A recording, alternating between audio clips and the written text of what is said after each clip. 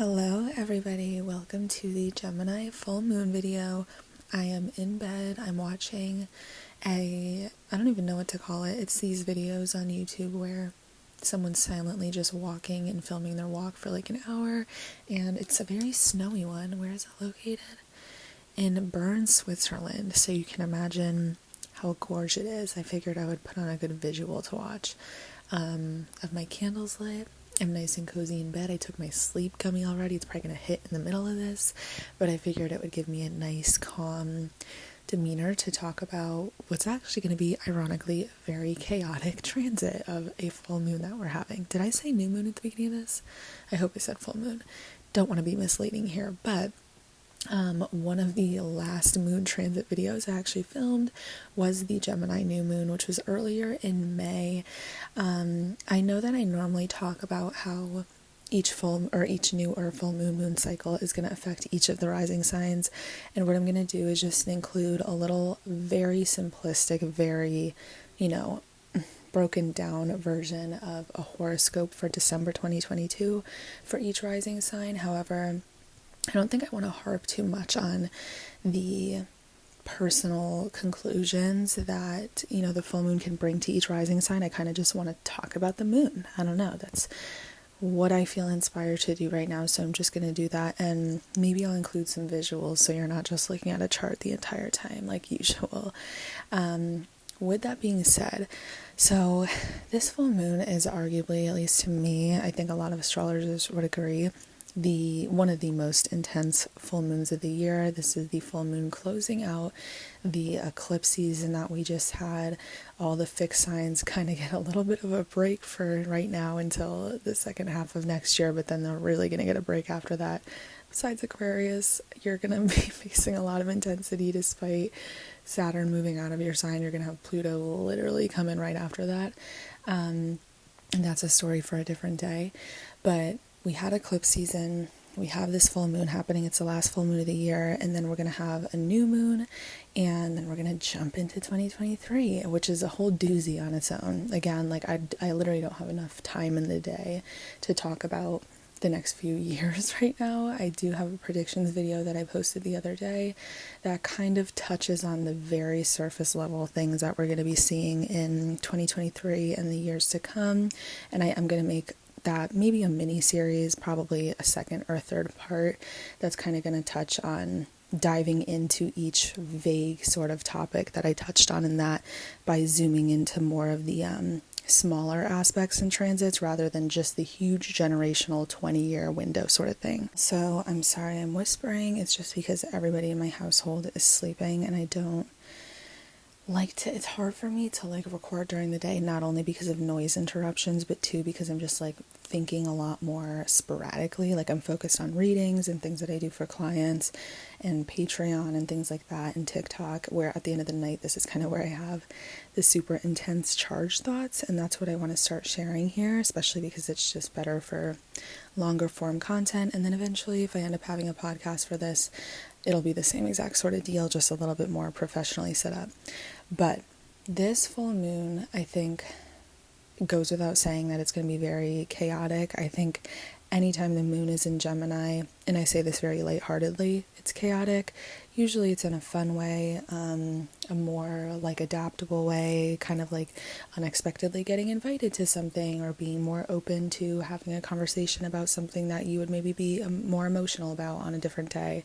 But to have a full moon in Gemini is going to be a little bit more focusing on illuminating or exposing Gemini-like themes, which is information, communication, conversations, details, technology, transportation, things around all of those themes. And then to have a conjunction to not only Mars, but Mars retrograde is really, entirely throwing a wrench in the mix. Mars is the planet of action, aggression, assertion, being direct, being able to delegate, being able to defend yourself, fight for what you want, have the desire to go after what you want.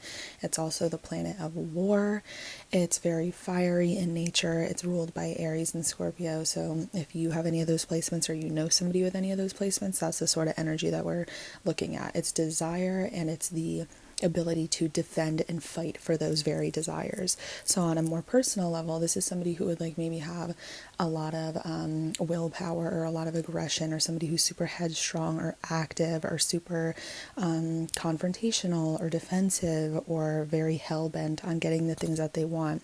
These aren't good or bad traits. These are just the themes of what Mars rules.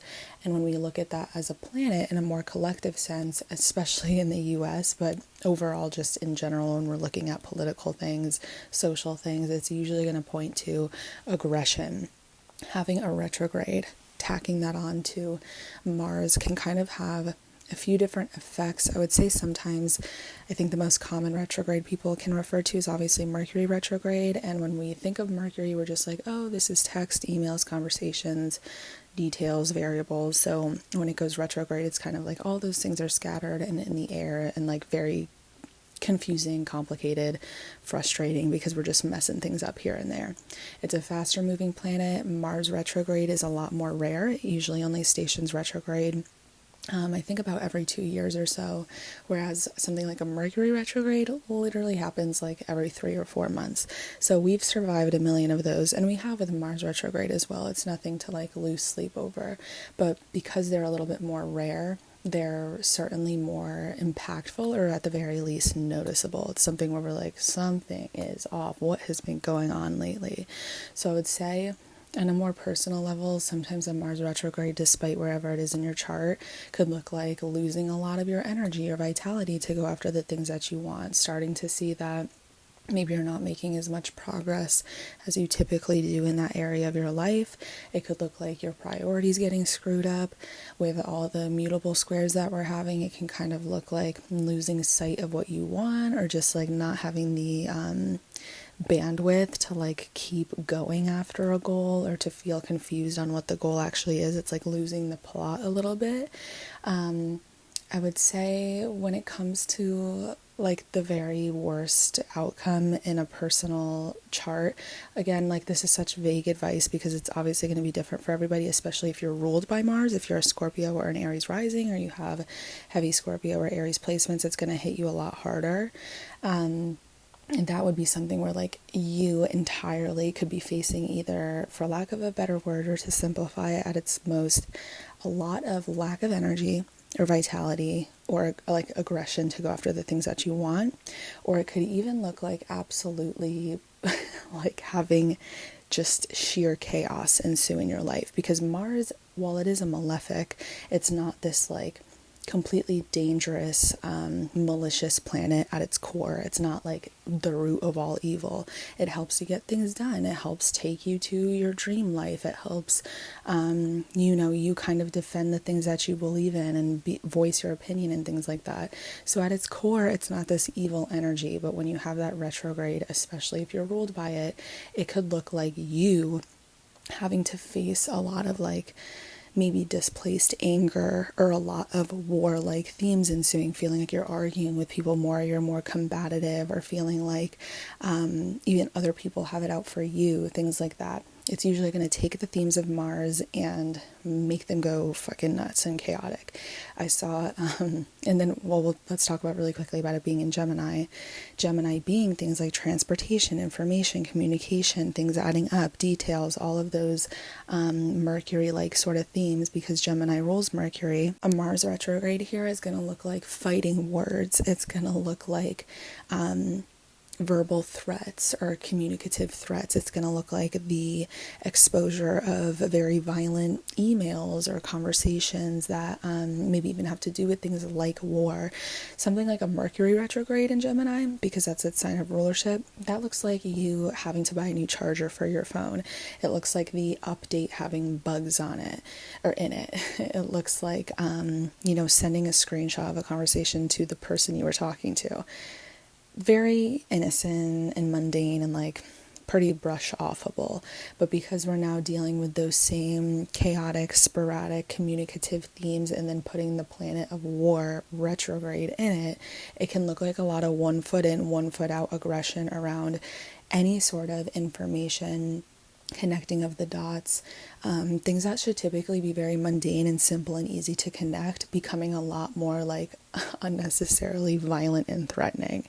The example that I was going to use was, I was going to say I saw a video of somebody like crashing into a fireworks store, and of course, like, because they crashed into it, the fireworks in the building start going off, and the fireworks store is right next to a gas station. That is literally the most Mars retrograde and Gemini shit I've ever heard in my entire life.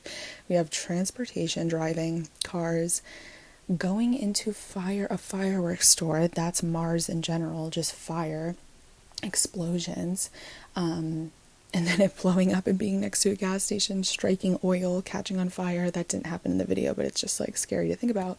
That's what Mars retrograde is. Every time there's a Mars retrograde, we tend to see a lot more explosions. We see a lot more crashes. We see a lot more chaos around literally the element of fire, like happening and burning. I saw something recently about a volcano in Hawaii, like erupting for the first time, and I don't even know how long. There's a lot of focus on like the actual element of fire and fiery things. Be very careful too with, like, you know, if you feel like your car has been acting up and smoking or something, I wouldn't cross your fingers this time. I wouldn't push it past its limits. You want to make sure you get everything triple checked, especially because we're having a Mercury retrograde coming up literally right before New Year's, which is not going to help the case of Mars retrograde in Gemini, because now it will be adding further more like complications around communication, transportation, making sure the messenger of news gets from point A to point B honestly and authentically, on top of that very aggressive nature of Mars. Like, there's just, it looks so messy. Like, that's the easiest way I can put it. I do feel like this politically just looks like absolute chaos ensuing, and everybody arguing points that actually have no depth to them, because we're going to just realize everybody's wrong and there's no truth to anything. It's like a pseudo argument over something that isn't even tangibly real. I can see this as being people who've lost the plot so far that they don't even know what they're defending anymore, and they're just fighting to fight. They're not listening to respond, they're listening to react. This looks like very aggressive debates. And, you know, we see this stuff in, like, politics and on the news and stuff in general, but I feel like this is now bleeding into, like, everyday life. And because Gemini and Mercury retrograde too is going to rule social media, the internet, our phones, and then we have Pluto going into Aquarius, it's like there is so much combative energy over the way that we obtain our news and information, and even just perspective of things in general, like what we know and what we think and what we believe to be true as like black and white fact versus what we believe in, or the perspective we build off of those things. So for example, like a big thing that I think about with this, not just with this transit in particular, but Pluto and Aquarius, with that being like a 20-year cycle, I think that's really, especially with it leaving out of Capricorn, being like the test of time, the generations before us, the Time Lord, things like that. I literally feel like we're going to be seeing kind of like this complete destruction around everything that we know, because it's kind of like, as we peel the onion layers back, we're like, this was never even accurate. We've been living and learning based off of a history that isn't even like stable enough to use as a reference point, because it was never true to begin with.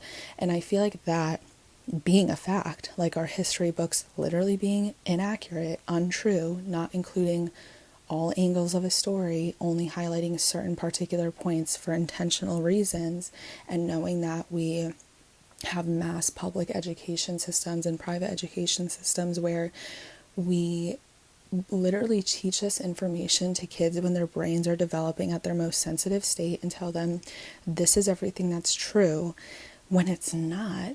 And then having those people go out into the world and arguing certain things and having certain viewpoints and building certain perspectives when there was never even any depth to those very constructs, it's dangerous, because you're like fighting with like, I don't even know, like pool noodles rather than actual swords, because it's like not dependable and reliable information.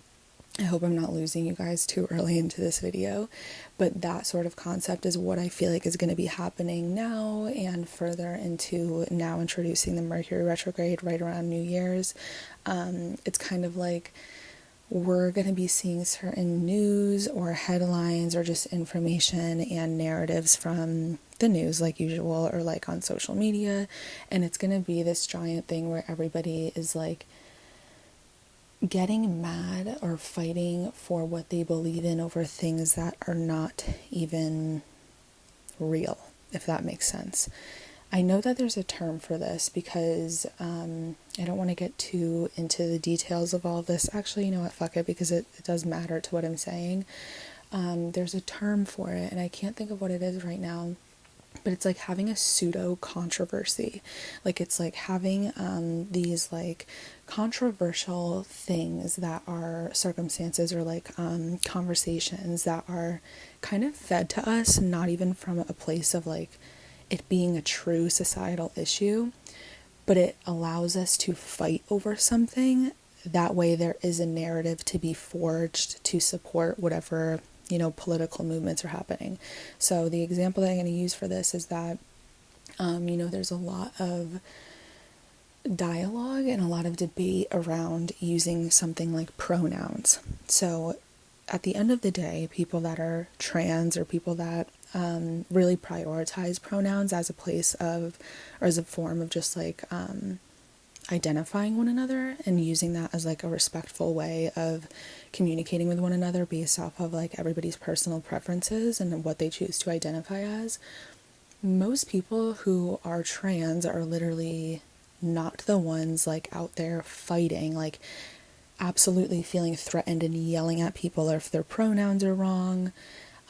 At the end of the day, it's usually going to be a he, her, or I'm sorry, he, him, she, her, or they, them sort of thing.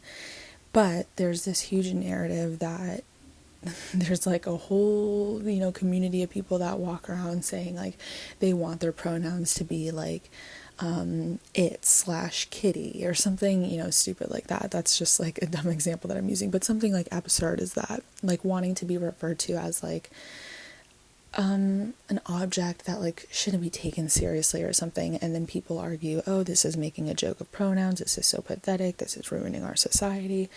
That is a constructed problem that is not based off of truth and reality, but what it does is it causes problems between now the trans community and people who are probably maybe a little bit initially more disposed to being transphobic but never fully committed to it.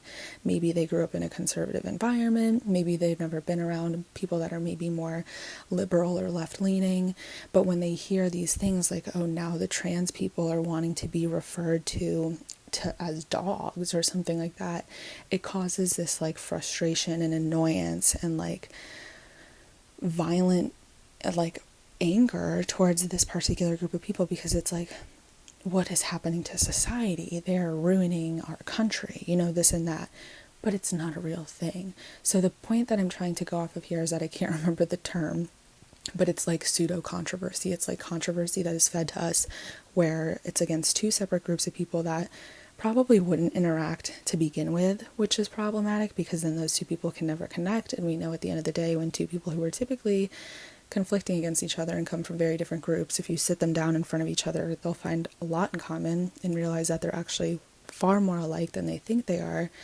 But things like politics and things that support such a unstable country allow us to hate each other without ever interacting with one another, because we're hearing through the grapevine that this is what our opponent is doing and this is why things are so bad. And if those people were just more like us, we would never have a problem.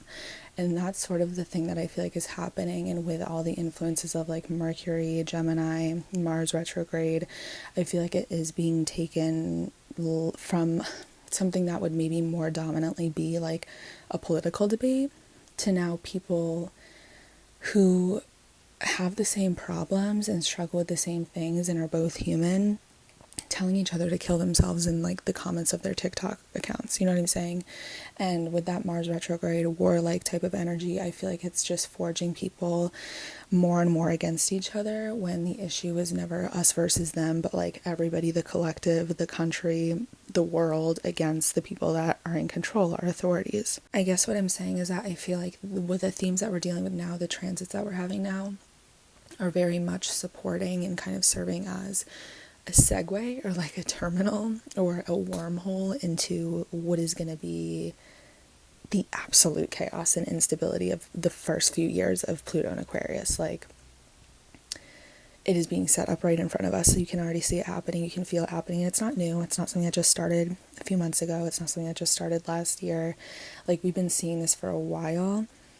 I do think the miscommunication as well is going to be around something widespread. I think it's probably most likely going to be illness.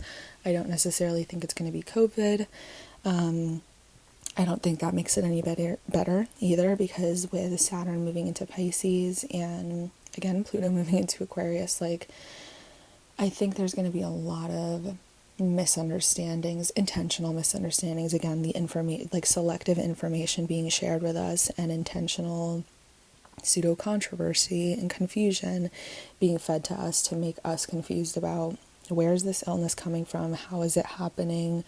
Again, it's my neighbor's fault, it's the girl I went to high school with's fault, it's the person who didn't get vaccinated's fault, that X, Y, and Z, when in reality it's probably absolutely, as always, going to be something where our authorities are not only supporting the lack of a solution, but having perpetuated the absolute conception of this major problem or illness or confusion to begin with.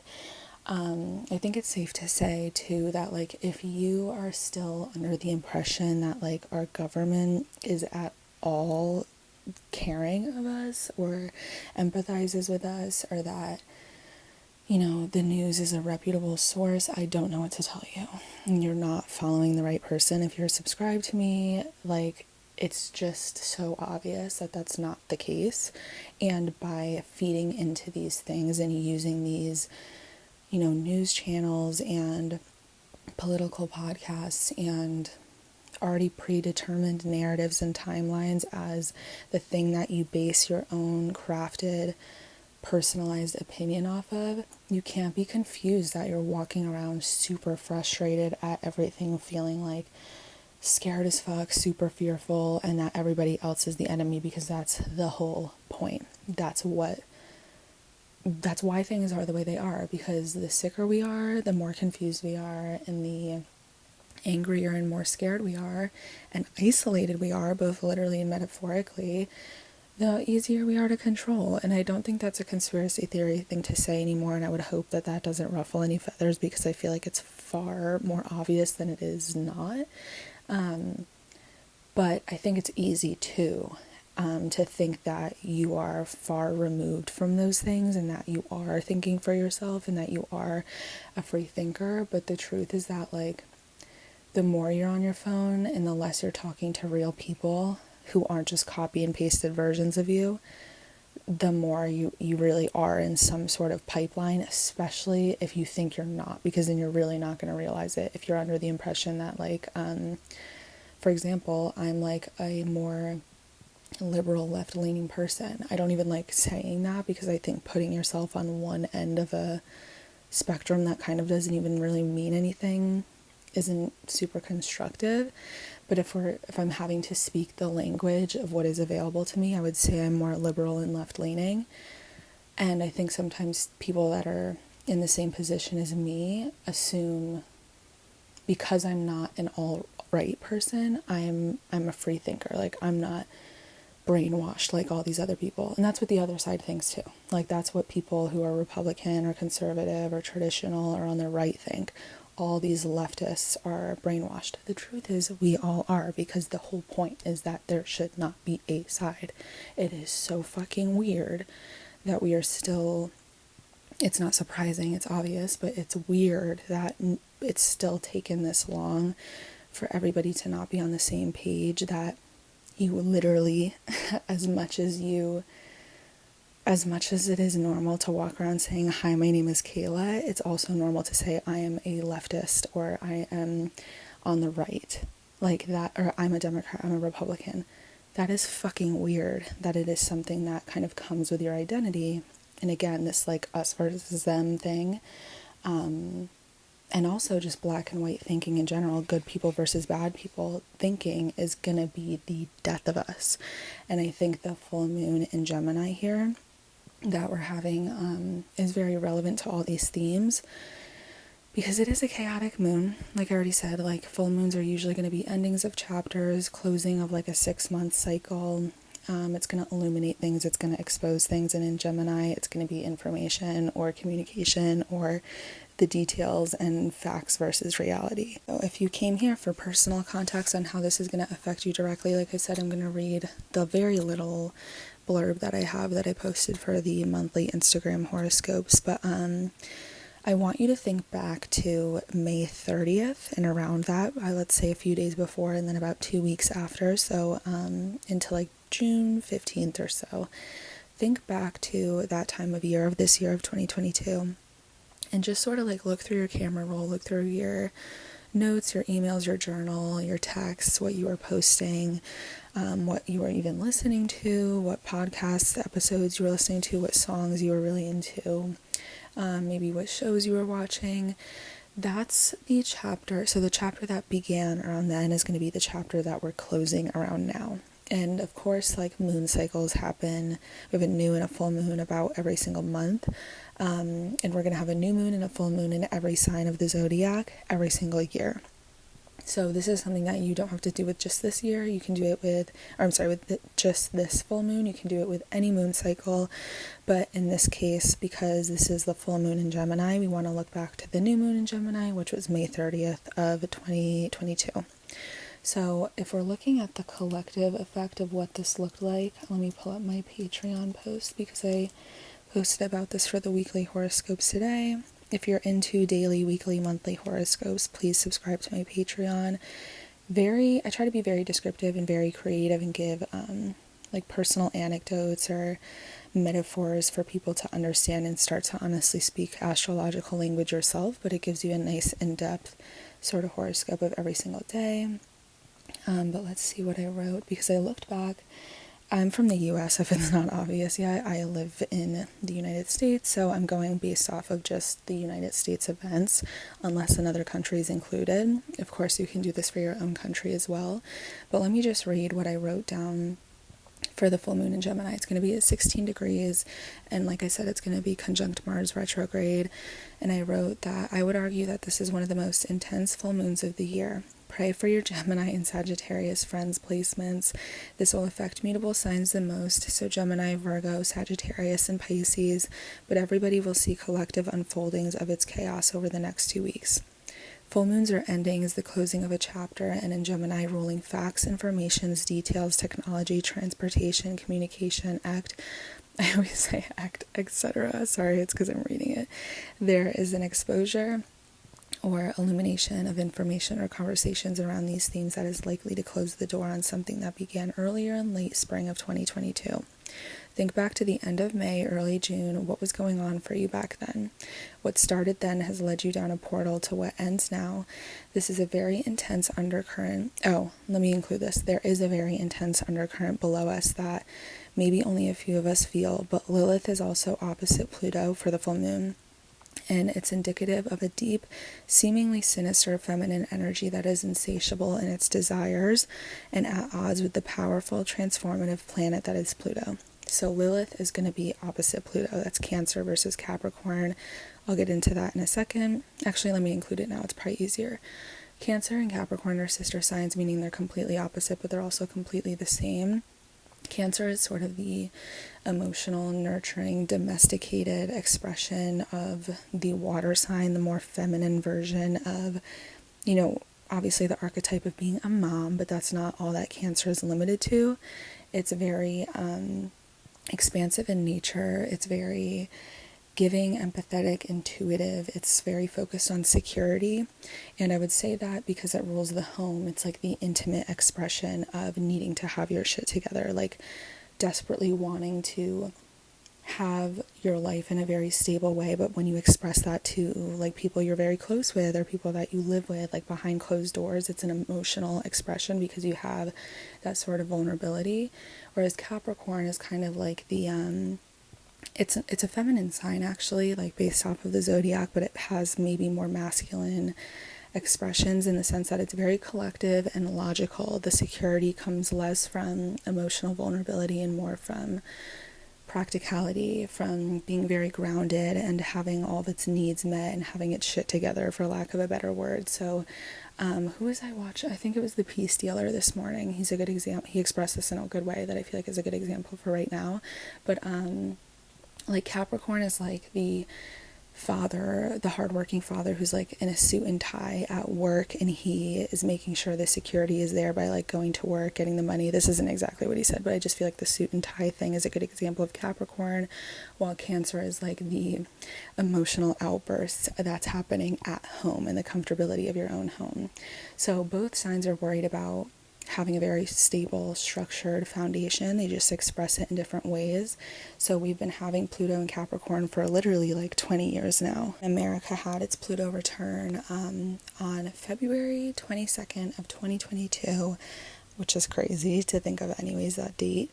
But it's familiar here in America's chart, and having that Pluto return was kind of really the end of a cycle, of a 250-year pretty much cycle. I always refer to Ray Dalio's quote about how an empire takes about 20 or 250 years to fall, and then after that it either needs to completely be destroyed or rebuild itself completely, and it's never survived past that amount of time. And I think that with its Pluto return and then it going into retrograde Pluto and now crossing over its Pluto return, already doing that and now entering Aquarius, it's like we're at that breaking point of needing to destroy everything we've ever known in order to rebuild a better system and better structure. Like, not, oh, we'll just make these fixes, oh, we'll just vote for somebody else, oh, we'll just put these laws and bills in place. That doesn't work. It never has, because they know that's not the actual solution. If it was,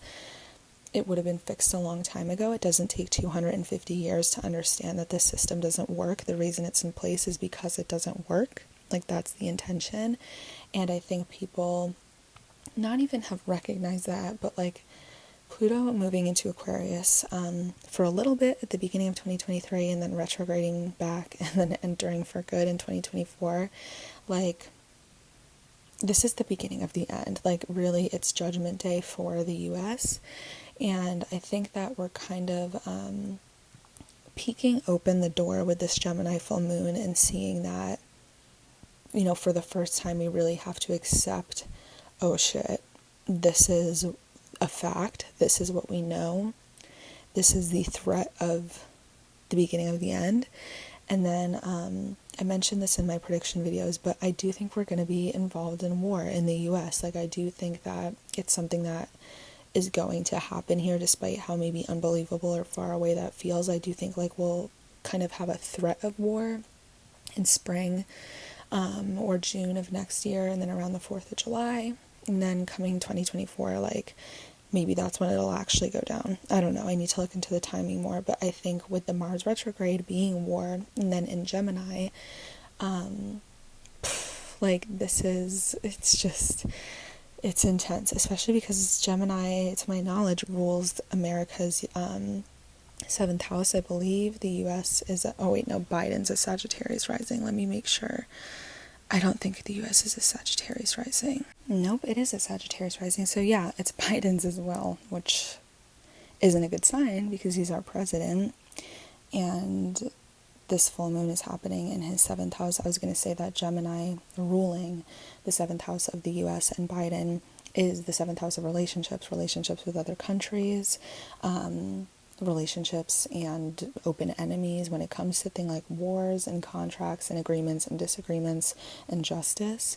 So to have a Mars fucking retrograde in the US and Biden's 7th house of relationships chart, not really a good sign, especially pairing that with a full moon here.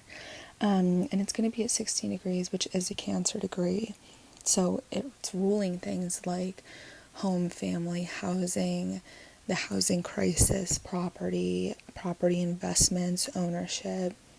And again, I don't want to harp too much on the things that I mentioned in the other prediction video, because I'm going to make a separate video, but like, we're at the beginning of you will own nothing and you will be happy, if that isn't obvious already. And I think that starts with a lot of our basic needs, and miscommunication and half-truths happening with how they're going to find solutions and fix these things. I did mention that in my other video, but I feel like maybe we'll see that with the full moon and then Mercury retrograde being like, okay, we know that there's a housing crisis, so what if we just remove everybody's debt, but then you never actually own your house? Everybody just has to rent. Like, they know that people are desperate and have no solution, so people will say yes to what seems like promising information, only to find out that information wasn't even true or didn't even make sense. It's like this full moon and the next coming months and years is like not seeing the fine print that will later become the very thing that bites us in the ass, if that makes sense. But the reason that I was mentioning Pluto is because it's sister sign Cancer. Lilith is in Cancer, and Lilith is like, I could talk about Lilith forever too.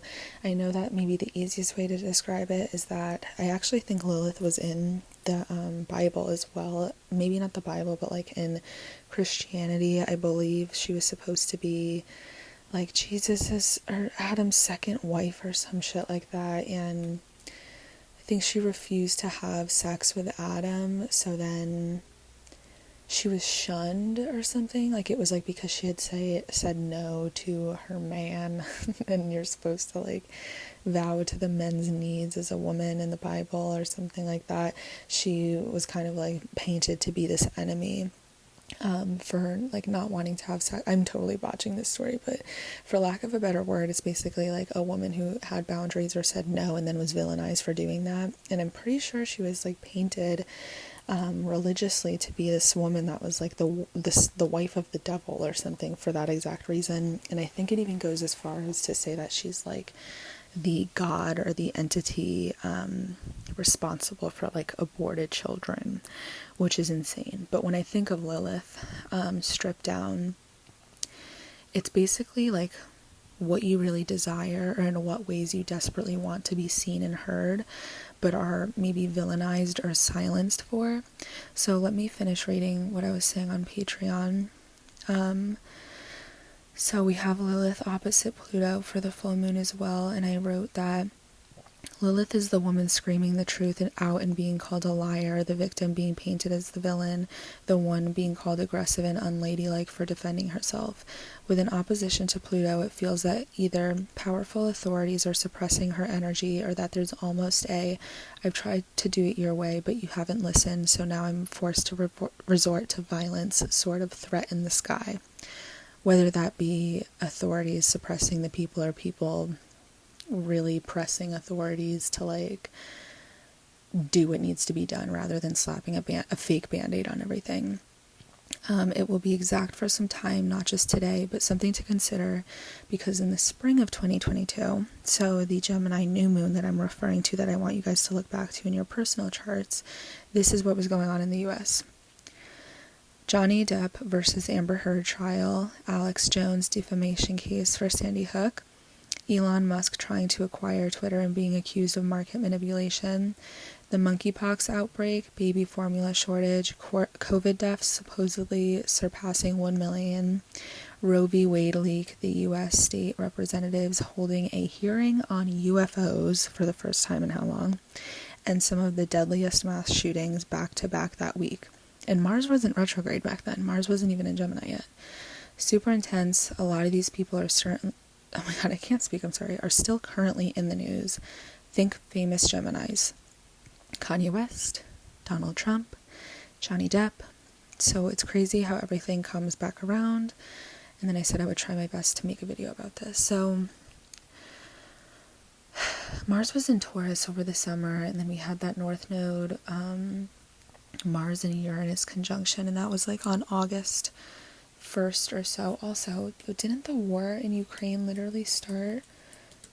Let me make sure really quick before I say something inaccurate. Lots of fucking killings and murders and shit.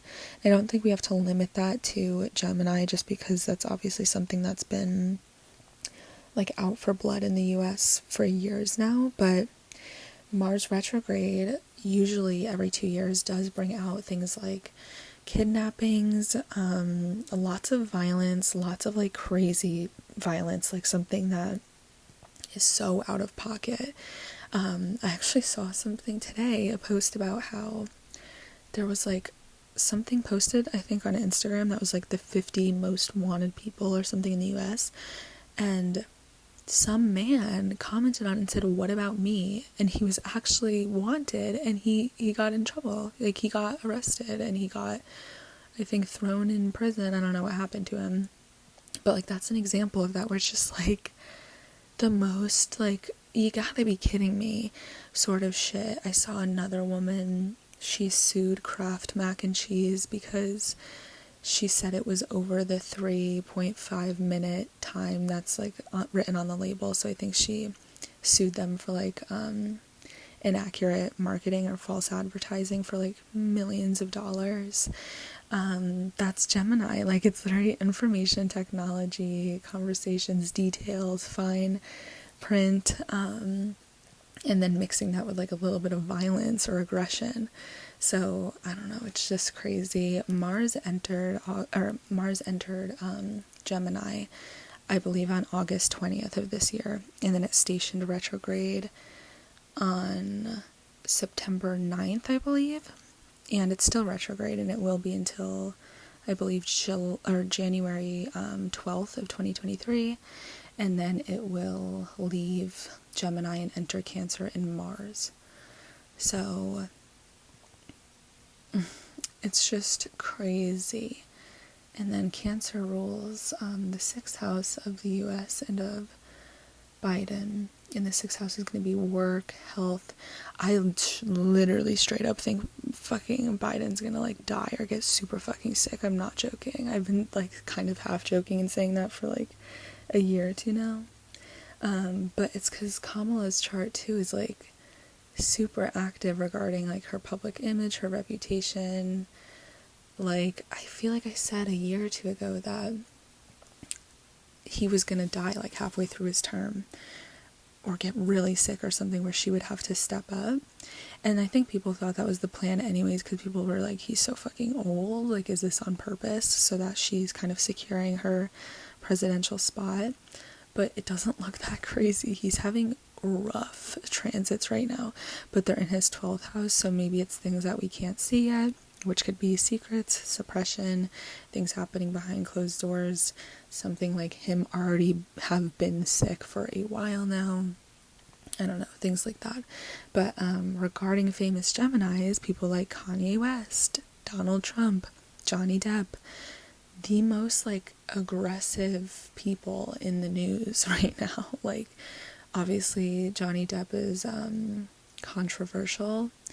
I think this is a safe place for me to say I don't fuck with Johnny Depp, and just because he played a pirate in a kid's movie, I don't think he's not an abuser. He is. It's obvious.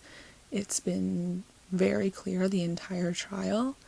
And no amount of TikTok Pirates of the Caribbean edits will convince me that he's not a monster. But I do think that the aggression around the trial is a good example of like now having Mars retrograde in Gemini and touching on Gemini placements and being able to see famous celebrity examples of this is like what's coming for them, because there's no way they're getting let off the hook like that. Similarly with Kanye West, he is another person that I like desperately want to root for and believe in, because I do think that there's a stroke of authenticity to him. I don't think he is a genius. I don't think he is a god. I think I do kind of cling to him having maybe somewhat more of humanity than maybe more superficial celebrities, but at the same time, I think he does a really good job of committing a sin in the sense that he makes himself out to be an icon or a god, which is literally wrong. And, you know, I walk a fine line where a lot of the things he says I do stand by.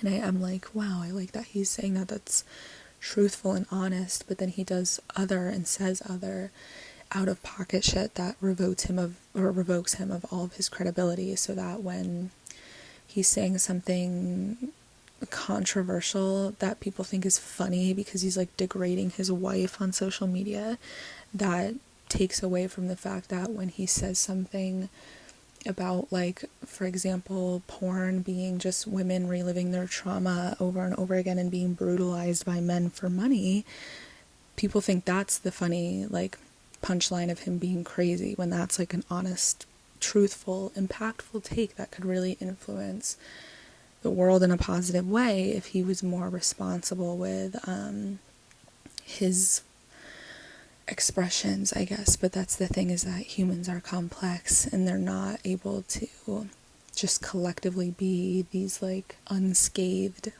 flawless human beings that just like do good in the world. Like, everybody has good and bad in them, but the black and white thinking and the left versus right and the crazy versus not crazy removes the ability for people to see that people can be both and take it when it resonates and take it when it's real and take it when they say something impactful and leave it when it's something that, you know, isn't a good take. So I don't know, I guess we're just on a scary playing field where, like,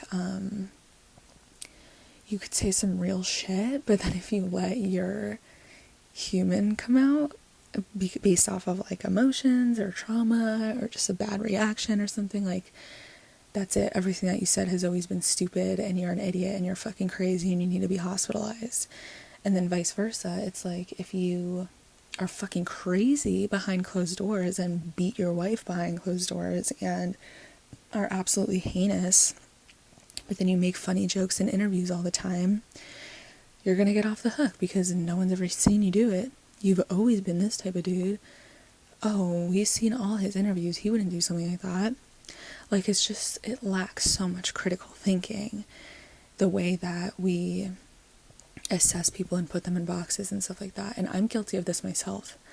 But I think the further we go down this system of getting further and further and further apart from each other because of pseudo controversy, the more isolated we are.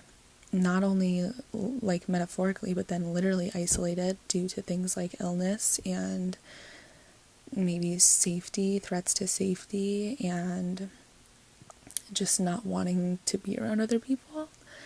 The more susceptible we are to being controlled and falling down these like carefully curated pipelines, because what else are we going to do? We're not interacting with each other. People don't have real conversations anymore. People don't go outside. People don't feel comfortable talking to each other anymore because it's like everybody's so afraid of getting canceled or like saying the wrong thing or being offensive or being offended.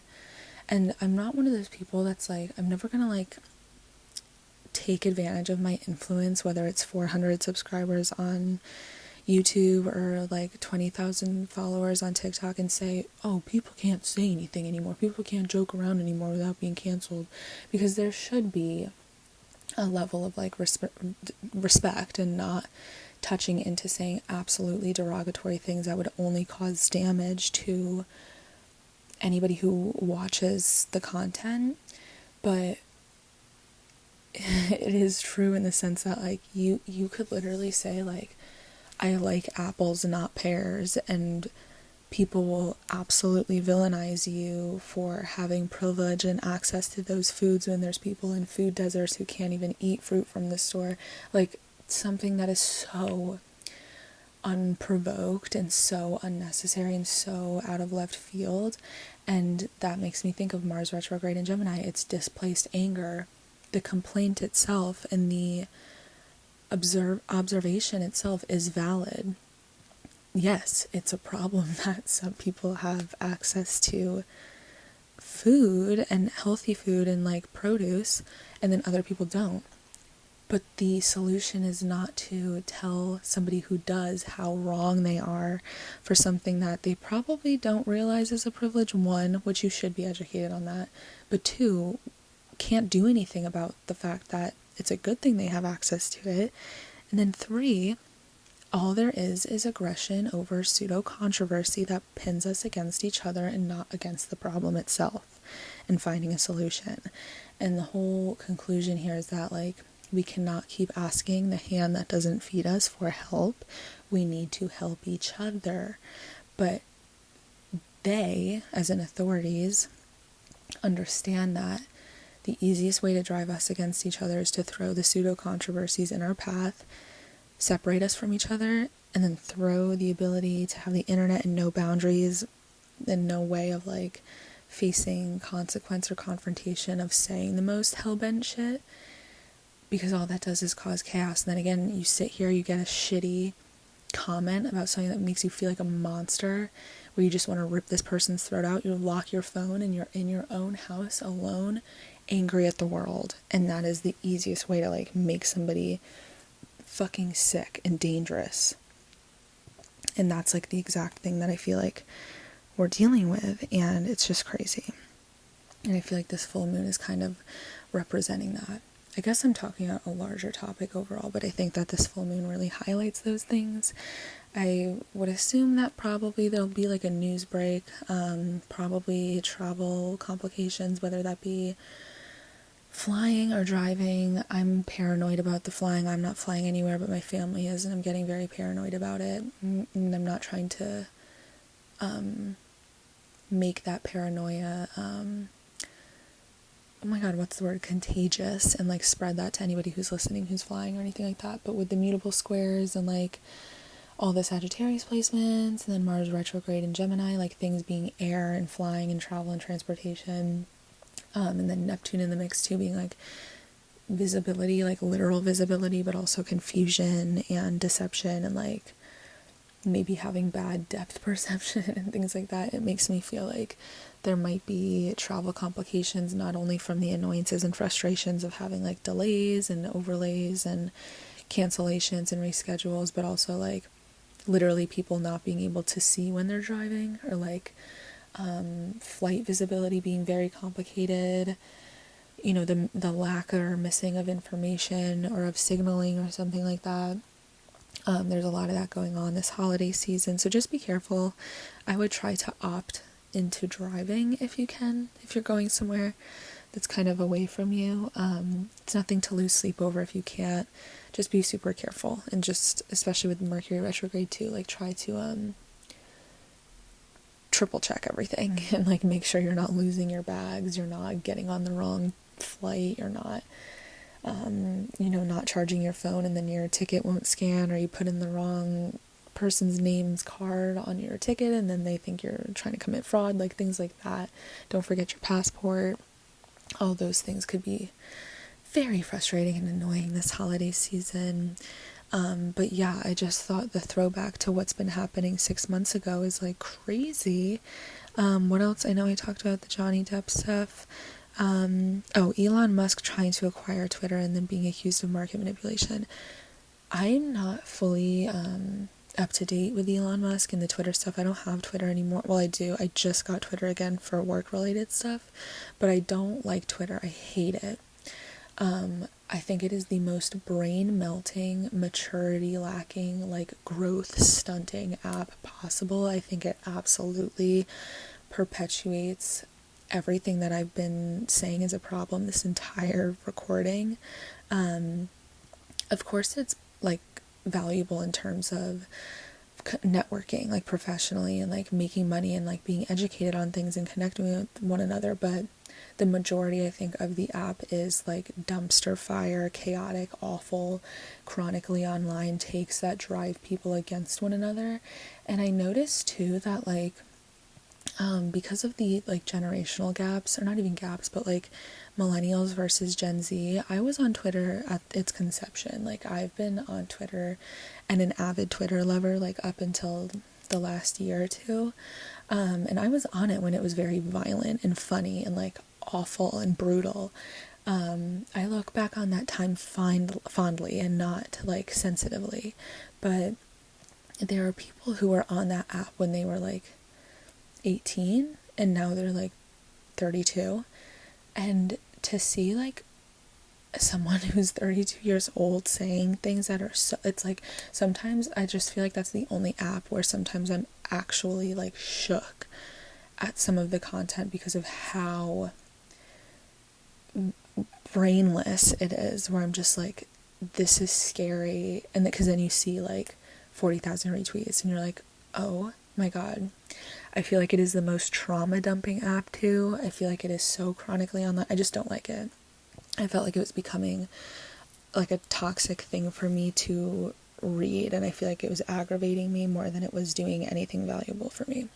But what I was saying was, I'm not up to date with the Elon Musk stuff, but I feel like that's just a perfect example of like, again, Mars in Gemini bringing warlike energy, aggression to a very communicative app that literally is just like sending messages, public messages to one another.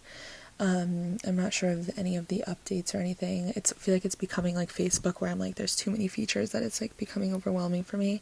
But I'm wondering how that's gonna affect Elon's reputation and what the conclusion of this purchase and investment is going to be for him. I know that there was something with like the staff of the corporation like walking out or not being paid or something like that. That similarly makes sense to this transit. I know Elon Musk is a Cancer, I believe, so I'm interested to see like if when Mars enters Cancer, if he's gonna be under fire worse in the same way that like Kanye West is. Trump, again, I don't really keep up with him.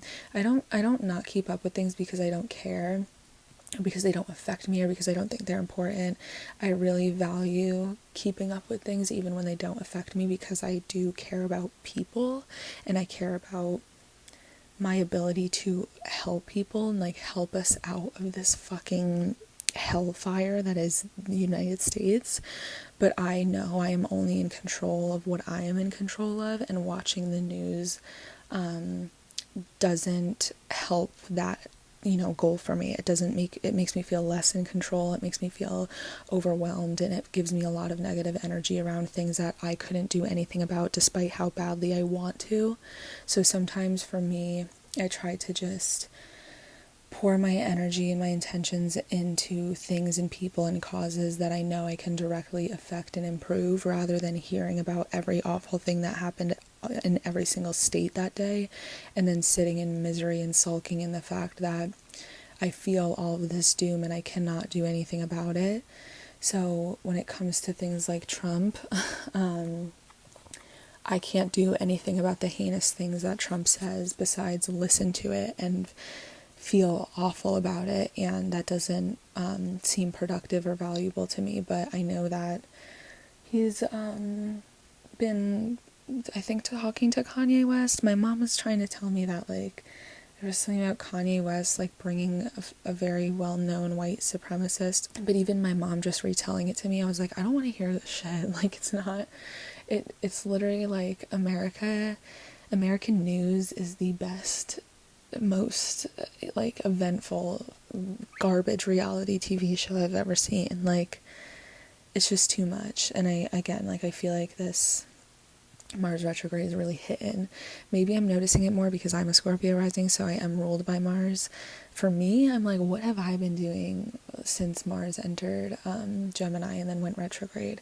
When Mars entered Gemini, I ended up, what was that, August 20th? So I think I was in LA with my friend. I was visiting LA, and I was kind of struggling mentally there. I think that was like my craziest point of the year. Like, I was really not normal, and I was like off kilter and kind of feeling everything that was going wrong in my life at once. And in retrospect, it's really blurry. Like, I kind of don't really remember the summer that much.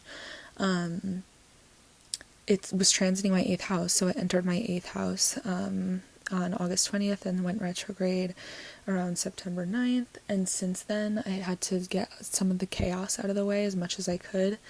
But I've been trying to rest and chill and fucking recollect myself since then. And it's felt productive to me. I feel clearer in my mind. I've been resting more. I have had a lack of energy and focus, absolutely, like literally cannot for the life of me focus.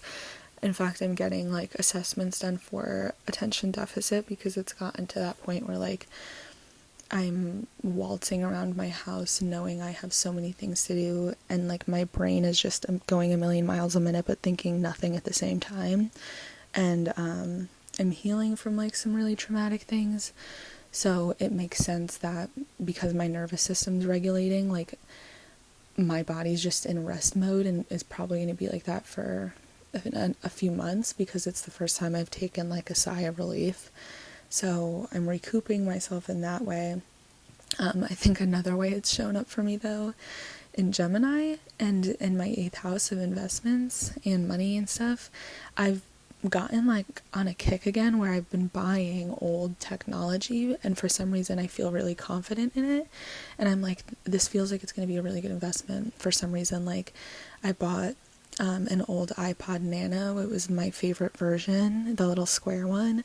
I bought an iDog, that little dog, that Hasbro dog that like dances when you play music. I'm trying to buy a DS. But yeah, I've just been trying to do lots of healing, investing both time, money, and energy into things that feel of value to me, and almost like, if anything, I would say cutting off not other people entirely, but like where the boundaries between what I maybe like energetically and emotionally expect from other people starts and begins, which is the 8th house.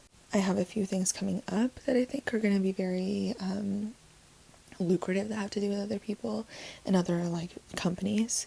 So I'm excited. I feel like it hasn't been too bad for me, I have to say, despite the fact that I'm an astrologer and I literally, when I'm reading for other people, tell them like, this isn't scary, this doesn't have to be bad. When I have 8th house things going on, I get scared. I'm like, I'm gonna die, or somebody I love is gonna die, and that's just my paranoia and my anxiety. But I'm looking at the chart for the full moon. It'll be like very loosely square Neptune. I would say it's going to be like 6 degrees in a square to Neptune in Pisces, which isn't going to help at all with the confusion. As it inches more over and starts to separate from Mars later in the day into the 8th, it'll be more square Neptune. So it seems like whatever this full moon kind of exposes or illuminates or kicks off for the 2-week cycle after that will later become a little bit more foggy as the hours go by from the passing day and next day.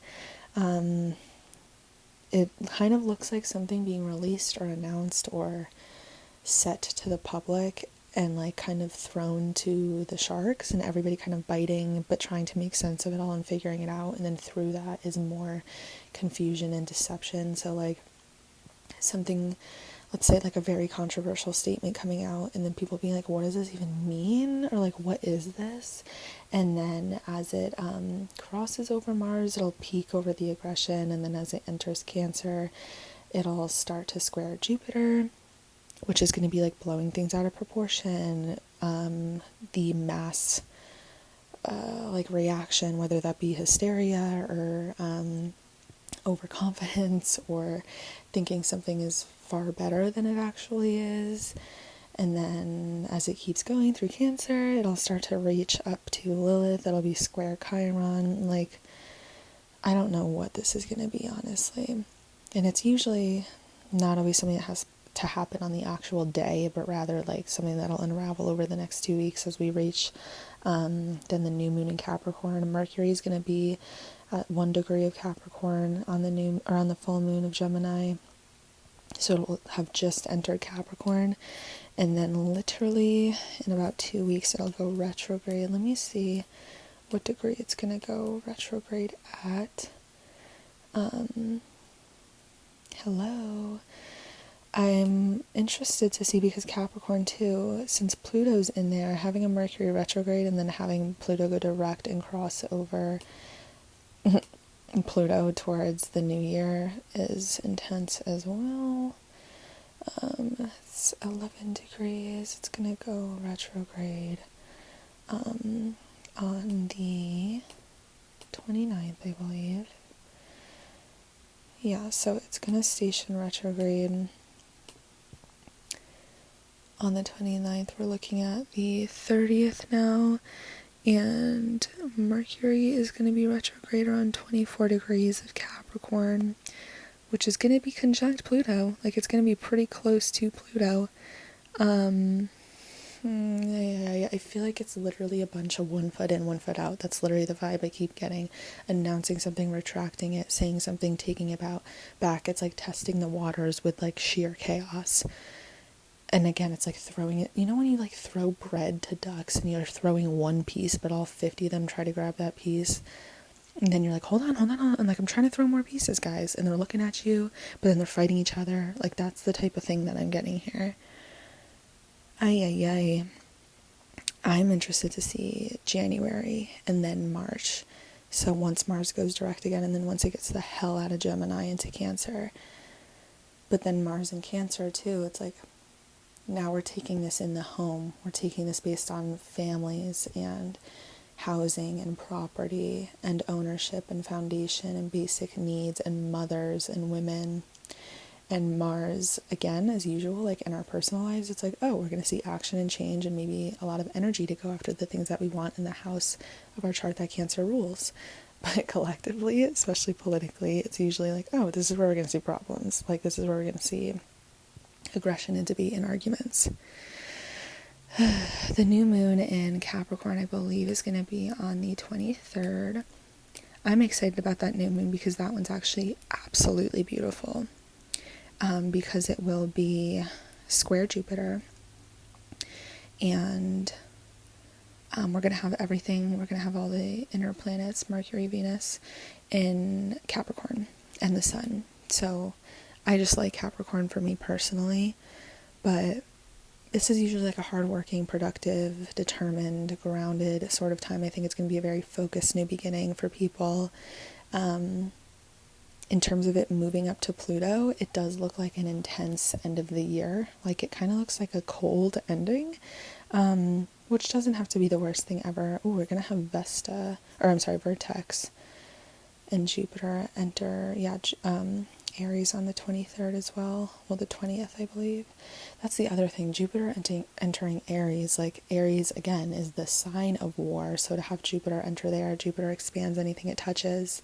It is good luck and good fortune, but it tends to maximize things to the highest degree and sort of blows things out of proportion as well, brings an emphasis to that area. And with Chiron in Aries, and Aries ruling the 5th house of the U.S. and Biden chart, oh my god, Biden's chart, I cannot speak, that's going to be interesting as well. Out of the 4th house into the 5th house. Or I'm sorry. No, yeah, out of the 4th house into the 5th house. With Vertex, too. I didn't even know Vertex was transiting into Aries. I think that's all I want to say right now about the full moon in Gemini. I do think the opposition between Lilith and Pluto is something to note. I do think it's like weaponized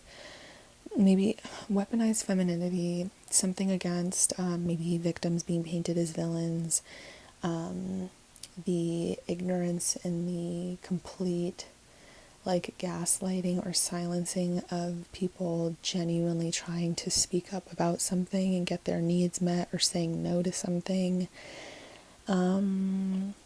What's Saturn doing in the mix? It's in Capricorn, oh my god, it's in Aquarius still. The new moon, a little bit before the new moon, will be sextile Saturn, which makes me feel good too, because it's kind of adding that kicker of determination and structure, discipline, authority, influence actually being something quite helpful.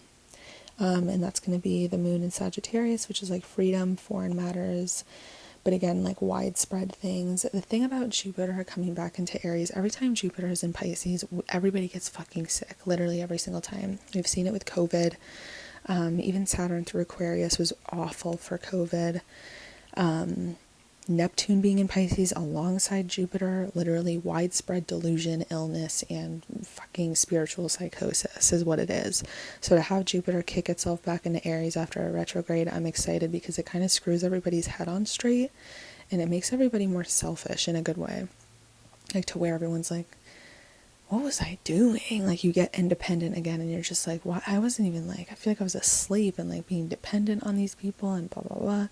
So fire placements are gonna be crazy into the new year, because they're gonna have that trine to Jupiter. So Sag placements, Leo placements too, more Sag though. Aries placements for the next 6 months are gonna be fucking nuts in the best way possible. Mutable placements are kind of dealing with the confusion. I would say the Gemini full moon and the kicker of Mars retrograde is probably throwing them off, and has been and will until January, at the very least March. And that's just because it's in like a natural square to all the mutable signs. So Gemini, Virgo, Sagittarius, and Pisces. Neptune isn't helping either. Oh, Neptune? Oh shit, I didn't realize Neptune is completely opposite my North Node right now. Ay. That means it's crossing over my South Node. Oh, that makes sense for me. I feel like I'm unveiling, not even unveiling, like shedding, letting everything that's been so heavy on me for so long, like, just fall off of me. And it's so exhausting, and it's probably good. I do think I'm going to feel like rebirthed come summer. But my God, it feels like I'm like walking through sludge. It is slow and thick and mucky. And I do think that's the Mars retrograde as well. Okay, I'm going to stop blabbering. Let me make sure. I wrote down 2 notes before I went to sleep last night that are probably relevant to this. And I know one of them was the black and white thinking, right versus wrong will be the death of us. Fighting each other rather than the perpetuators of the problems that encourage us to go to war with one another. And some notes I have about Mars entering Cancer, but I'm going to sit on that longer.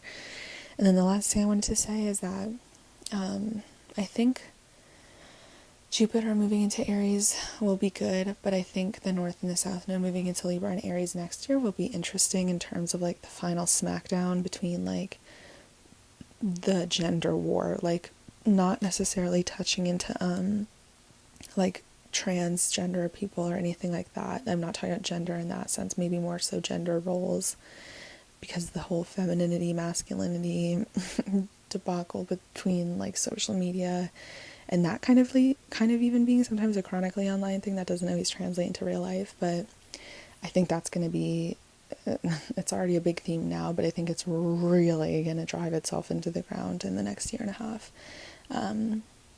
And we'll see the unraveling of that because we're already seeing it now. I'm going to make another predictions video with specific dates and some historical events that kind of match up with what we're dealing now in the near future. I can't give you a date, but I will try to get it out as soon as possible. Subscribe to my Patreon for the daily, weekly, and monthly horoscopes. My most affordable tier is $5, and that's for the horoscopes for every single day. I have a middle tier for $11.11 that has some like separate additional articles, whether it's about celebrities or just astrological findings or discoveries that I think are interesting.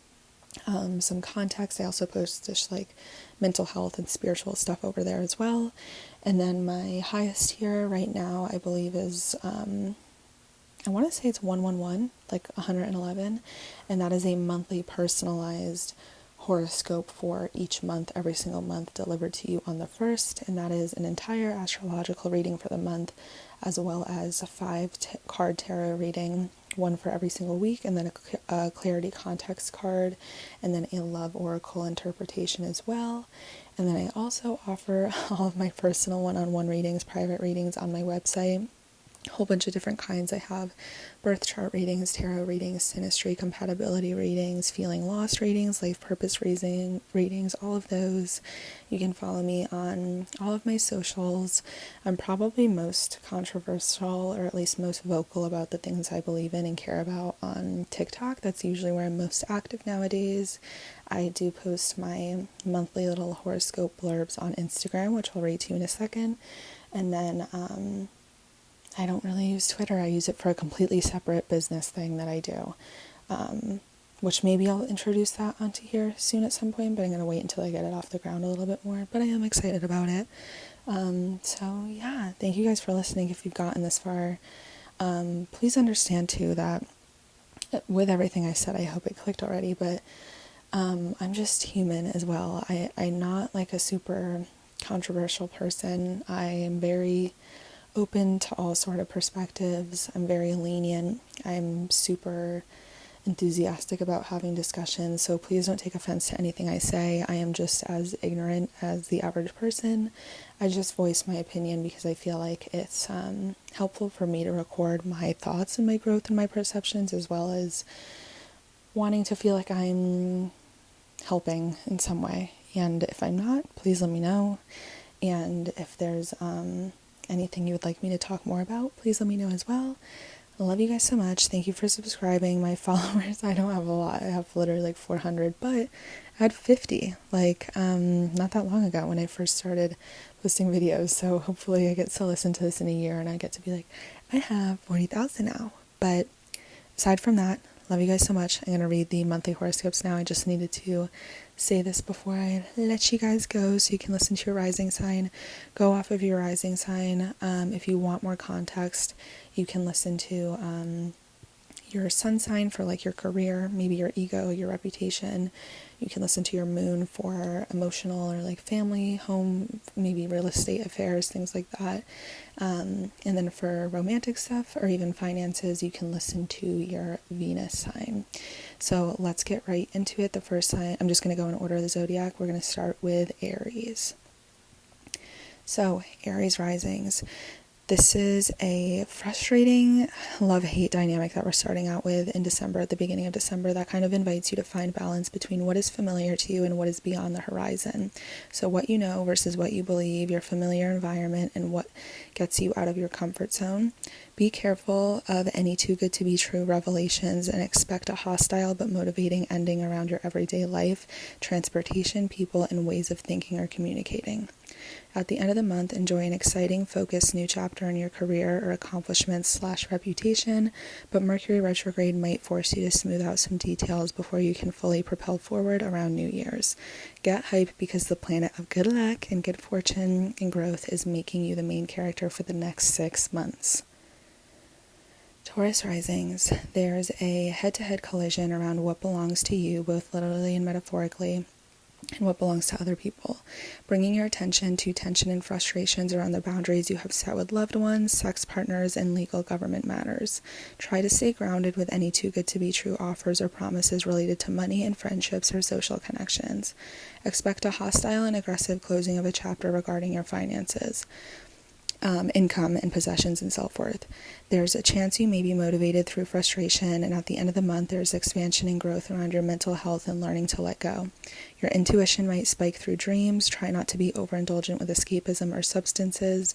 There's a pleasurable new beginning on the horizon of education, traveling, vacationing, and expanding your mindset mid-month, but this will require you to have some reassessment around the details near New Year's. Gemini risings, we're in the thick of your frustrating retrograde period, which is building momentum around an aggressive ending around a version of who you are or what you look like the first week of December. You may face some hostility or chaos around your interpersonal relationships or business agreements. Any grandiose promises around your career and professional relationships may be too good to be true right now. The planet of growth and good fortune blesses your friendship, manifestation, social media, and support from others sector at the end of the month and will expand this area of your life for 6 months. Enjoy an exciting, focused new beginning of shared investments, lucrative contracts, inheritances, and transformation end of the month, but try to cooperate with the changes, miscommunication, and reassessment of the details around New Year's. Cancer risings, there's a love-hate dynamic or threat to your comfort zone, encouraging inspired change between your physical health and everyday routine versus your mental health and how your day-to-day habits affect your subconscious mind. There's a dreamy, somewhat deceptive nature around your interpersonal relationships or business relationships, and your perspective, education, travel plans, or ability to look beyond what's familiar to you. A huge, frustrating chapter is ending regarding your mental health or ability to let go and might force itself through the exposure of information or revelations. Good luck and expansive opportunities will bless your career and accomplishment sector and will stay there for 6 months towards the end of the month. Enjoy an exciting new focused chapter in your relationships and commitments, but be willing to work with any mishaps or setbacks as the new year approaches. Leo risings. We begin the month with a love-hate type of tug-of-war between your friendships, manifestations, and support from others versus your personal desires, pleasure, joy, and romantic connections. Be wary of any too-good-to-be-true circumstances regarding sex, children, creative life, or pleasure, and your shared investments and expectations with others, both tangibly and energetically. Simply put, don't let a romantic connection screw up with the other areas of your life or cross a boundary. Expect an aggressive ending or exposure of information regarding friendships, groups you're a part of, or professional projects and social media. Good luck and good fortune is on its way to you regarding travel, education, perspective, and getting outside of your comfort zone sector. And there will be, will be in your getting out of your comfort zone sector, and will be there for 6 months. Sorry about that. Enjoy an exciting new focused chapter with your job, health, or everyday routine around New Year's, but expect some complications or details that need to be sorted out before you can thrive. I told you that sleep gummy was going to hit me. Virgo risings. December begins with a love-hate tug-of-war between your private life and public life, home versus career, who you are at the core versus your reputation. Expect a frustrating but motivating ending of a chapter regarding your career or accomplishments within the first week of the month, and be cautious of any too-good-to-be-true circumstances between home, family, property, and romantic connections or business partnerships. Good luck and good fortune is on its way to bless your sector of shared investments, legal contracts, transformation, and intimacy, and will be here until late spring.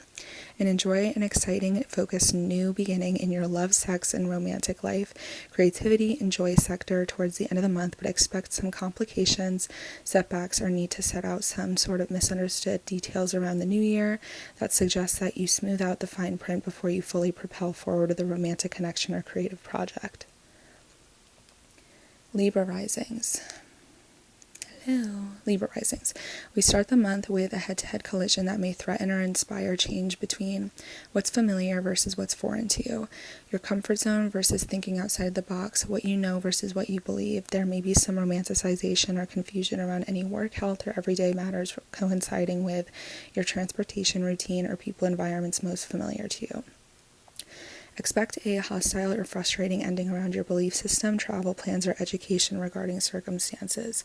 There is some good fortune and expansion on its way to bless your interpersonal relationships and commitment sector mid-month, and will stay here for about 6 months. And enjoy an exciting, focused new beginning in your home, family, property, and private life sector at the end of the month, and try to work with any setbacks or miscommunication, as you might just need to sort out some details before moving forward. Scorpio risings. We begin December with a love-hate collision between what belongs to you versus what belongs to others, and how the fine lines get blurred with boundaries. Be wary of any confusion or too-good-to-be-true vibes around your finances, possessions, and self-worth, alongside your romantic, creative, and pleasurable connections and experiences. Expect a hostile but motivating ending within shared investments, transformation, legal matters, and intimacy. The planet of good fortune and expansions enters your work, health, and everyday life sector and will remain here for 6 months. Look forward to an exciting new focused chapter within your everyday life and environment, transportation, and communication, or ability to learn new knowledge and skill sets, but be open to any changes or setbacks in this area, as it's susceptible to needing to be reassessed around New Year's before you can fully thrive forward. Sagittarius risings. We start the month with a tug-of-war between who you are on your own versus who you are in your relationships. Be wary of any confusion, deception, or too-good-to-be-true communication around your relationships and commitments coinciding with your family, living situation, or private life. Expect a hostile ending within your relationships, romantic or business-related, partnerships around the first week of the month. Good luck and good fortune is on its way to bless your love, sex, romance, creativity, and children sector at the end of the month and will be here for about 6 months. Pregnancy alert. Be careful. Enjoy an exciting new focus chapter around income, finances, possessions, and self-worth towards the end of the month, but try to cooperate with any misunderstandings or setbacks that you'll need to sort some details out before fully thriving forward. Capricorn risings. The first week of the month kicks off with a love-hate dynamic between your job, health, everyday routine, and your subconscious mental health and escapism addictions part of your mind. If there's any confusion or too good to be true feelings around hidden information, privacy, or letting go coinciding with people, things, and environments closest to you, be wary. There's a hostile, possibly frustrating ending around work or health-related matters, but good luck, good fortune, and expansion is blessing your home, family, property, and private life sector for about 6 months towards the end of December. Enjoy an exciting new focus chapter within who you are, what you look like, and what approach you have to life at the end of the month, but try to work alongside any setbacks or miscommunications around New Year's, as you may have bitten off more than you can chew and just need to sort out some details before fully thriving forward. Aquarius risings. December begins with a head-to-head collision between your friendships, manifestations, social media, and support from others against your love, sex, romance, children, and creative area of your life. Be wary of any too good to be true circumstances around your support system and big dreams and finances, possessions, or self-worth. There's a hostile or frustrating ending of a chapter around your romantic connections, creative projects, and pleasurable activities. But there's some good luck and good fortune on its way to your communication, transportation, education, and everyday life sector at the end of the month, and will be here for about 6 months. Enjoy an exciting, focused new beginning within your mental health, solitude, letting go, and healing area of your life the last week of December, but try to lean into any setbacks or miscommunications around New Year's, as you might just need to sort out some details in this area of your life first before you can truly thrive. Pisces risings. December begins with a love-hate dynamic between your private life versus your public life, family, or home versus career, reputation versus who you are behind closed doors, etc. Be wary of any blurred lines or confusion around your career and accomplishments coinciding with your personal brand or image, as it may be too good to be true. Expect a hostile or frustrating ending around your home, family, living situation, childhood trauma, or real estate themes within the first half of the month. There's good luck and good fortune on its way to your finances, income, possessions, and self-worth sector towards the end of the month, and it will be here for about 6 months. Enjoy an exciting new focus chapter within your friendships, manifestations, social media, and professional connections in the last week of December, but try to work with any miscommunications or setbacks in this area, as you may just need to sort out some details around New Year's in order to efficiently move forward here.